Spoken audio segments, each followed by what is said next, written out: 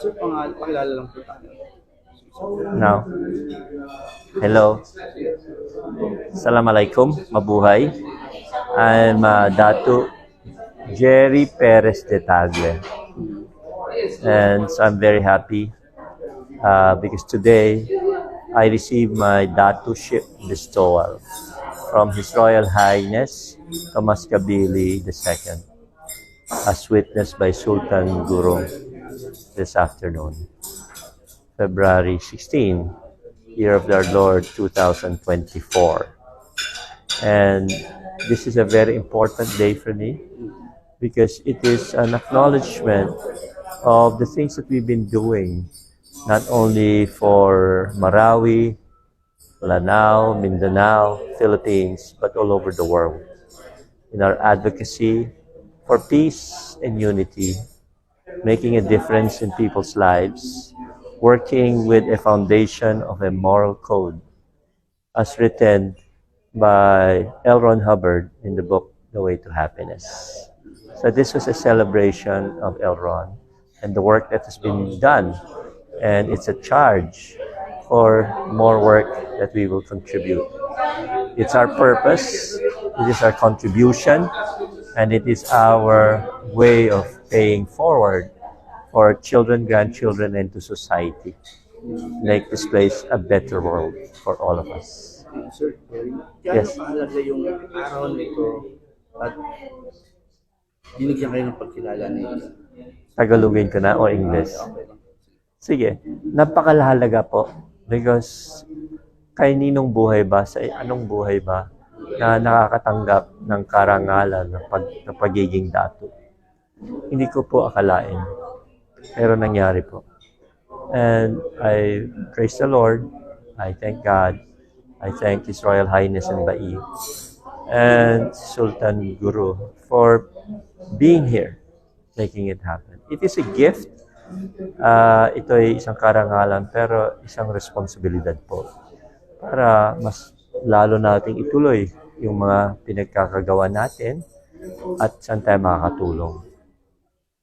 Ang aking pagkakaalam ko, ang dato, pag binigyan ka ng isang pangalan o pinagkatiwala sa iyo, may kaakibat na pagpapahalaga. Opo, totoo po. Alam niyo po, itong Datuship is unique dito sa Southeast Asia. Mula sa Sultan, binibigay na karangalan na Datu or parang chieftain. Nangangalaga sa mga kasamahan sa komunidad. Nangangalaga, nagbibigay ng pagkalinawan at liderato sa mga mamamayan. Ito po yung hindi lang karangalan, kung hindi ay isang kahalagahang kailangan patuparin.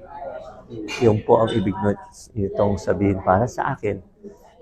Nagbibigay, nag-udyok sa akin na ipagpatuloy, lalong bigyan ng magandang pagmamahal, pagbibigay ng oras, at pagbibigay ng buong puso, taos-pusong pagbibigay. Ngayon po, isang ganap na kayong dato ang araw na to. Anong masasabi niyo? Gusto niyo sabihin sa mga kasapin na rin ng dato? Masasabi ko lang ay maraming salamat. Ito ay isang karangalan na sa mga kasamahan nating mga daturin. Ituloy natin ang pagtataguyod. Ituloy natin ang pagsisilbi sa mamamayan. Ituloy natin ang pagsasabuhay ng ating purpose, ng ating karangalang paraan po ba talaga ang nag-uudyok sa buhay natin. Lalo nating palalimin po yun.